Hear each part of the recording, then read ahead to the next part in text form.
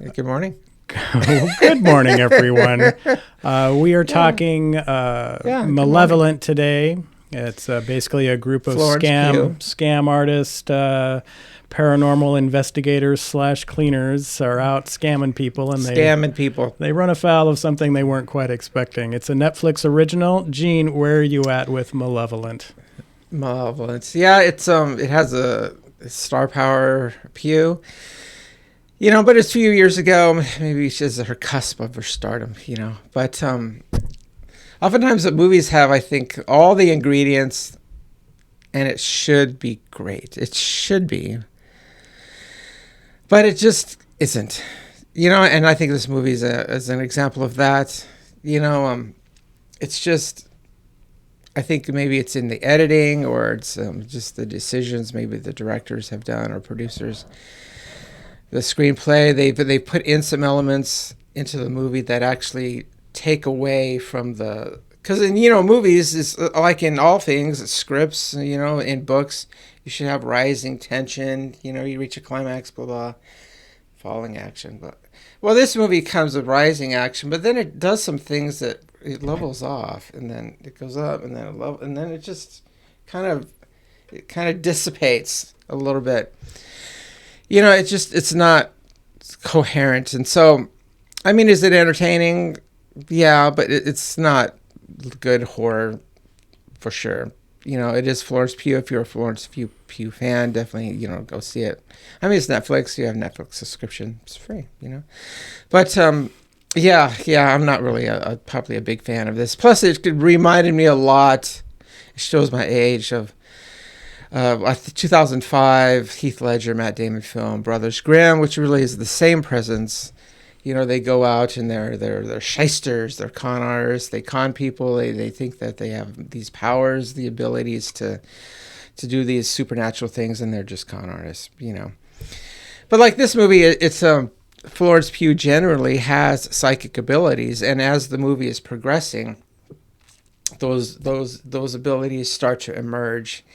And I wish concentrated a little bit more on that, on her history with her mother, and to definitely concentrate more on the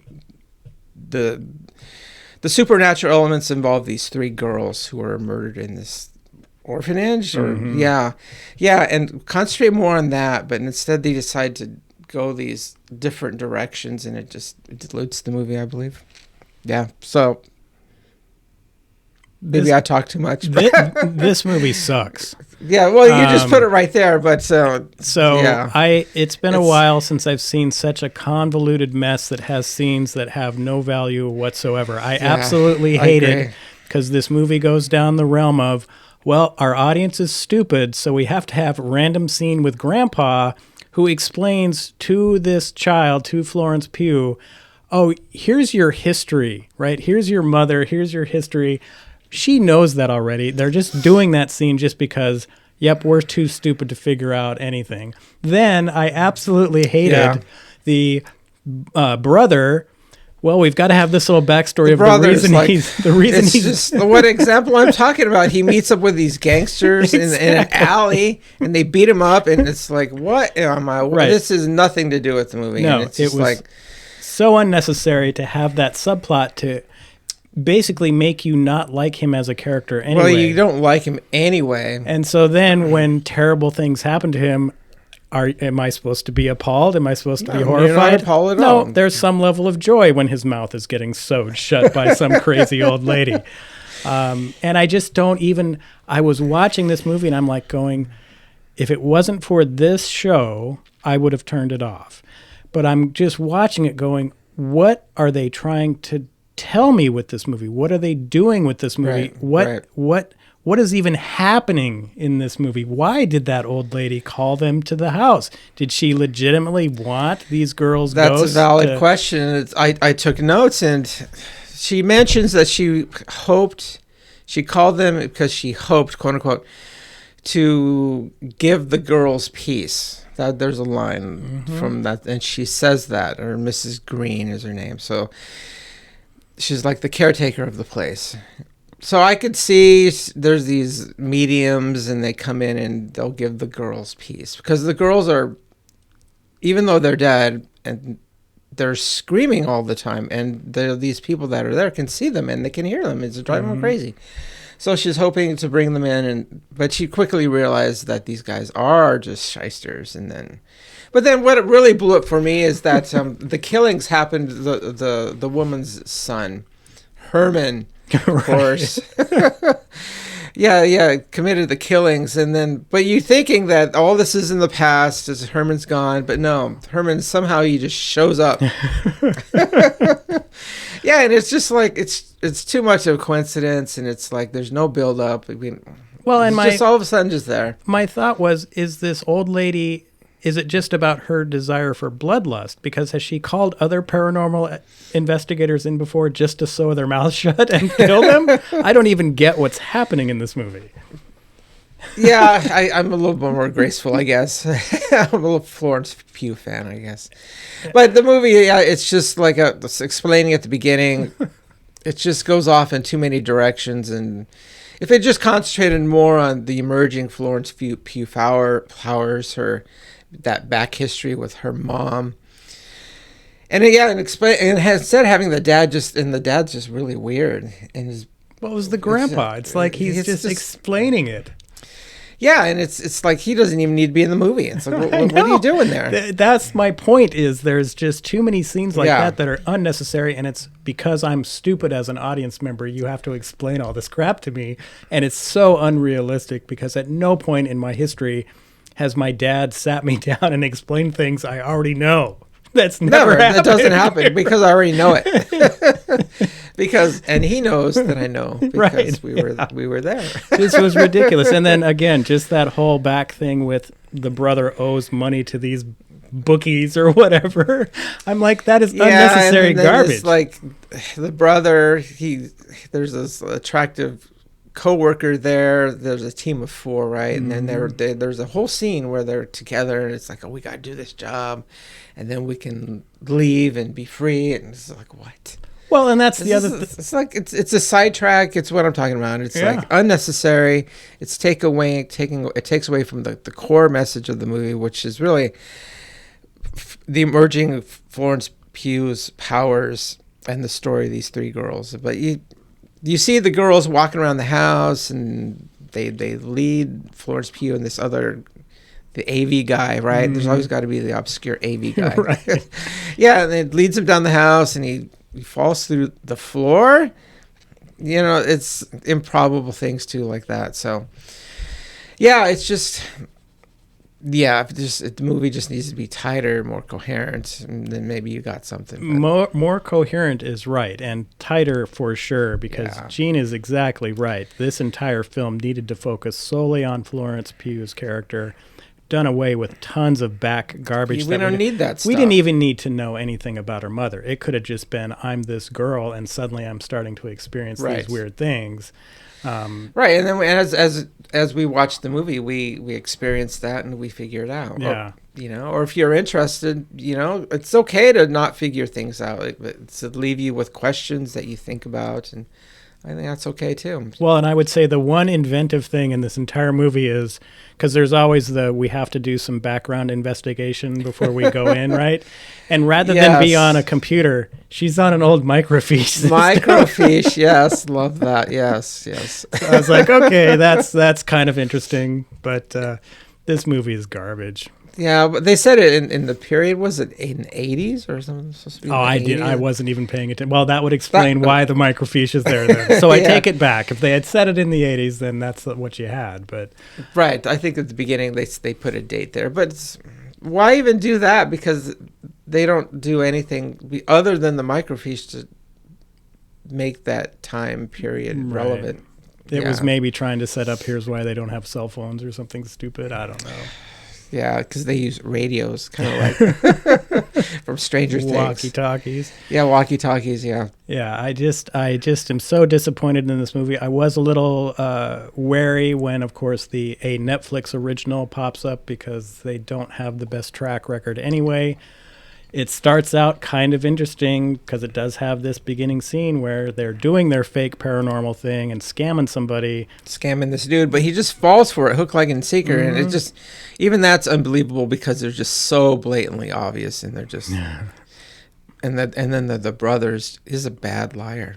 Yeah, he's not. There's people that are good liars, and they're bad liars. And he comes across as, you would maybe fear this guy more than anything. Why did I let this guy in my house? And most of those guys are really smooth talking. He's not smooth at all. Yeah, but at least in that opening scene, because there's this, okay, it's all fake, but then suddenly it isn't fake for the Florence Pugh character because there's that jump scare.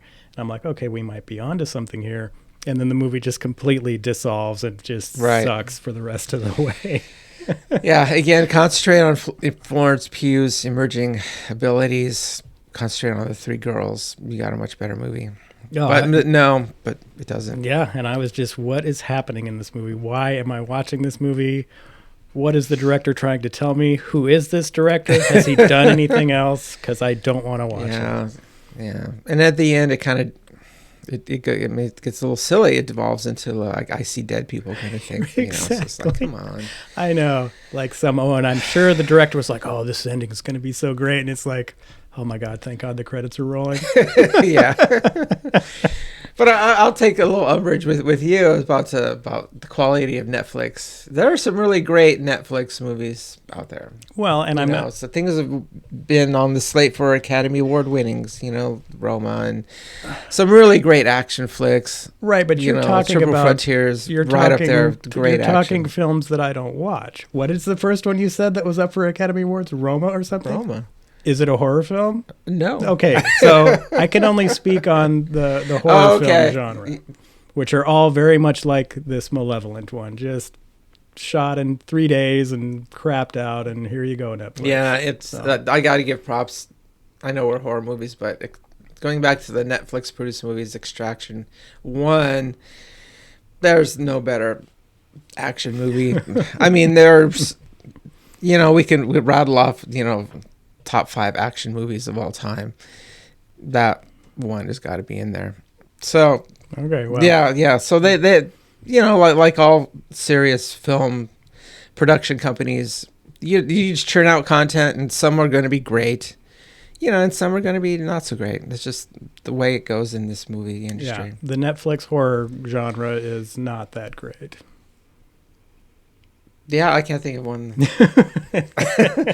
Actually, maybe we could research that, the Netflix horror, because when you look on the category horror and you scan across, Well, but it has to be a Netflix original, right? Netflix has a number of horror movies that they're renting or whatever they do, but...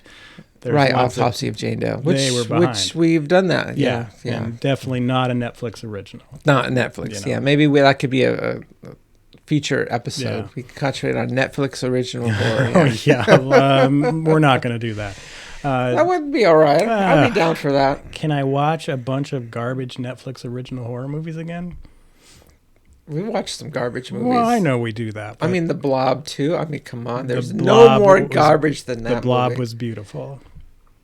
The first one's okay. Steve McQueen. It's okay. It's like the teens take over. The teens save the world.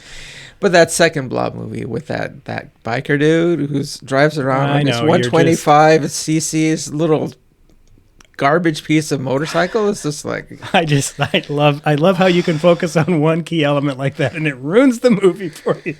I mean, I had a motorcycle, in college. Just like I had this bike, and it was fast and it was powerful, and it's just like, that's a motorcycle. You drive a 1100 Harley? 1300.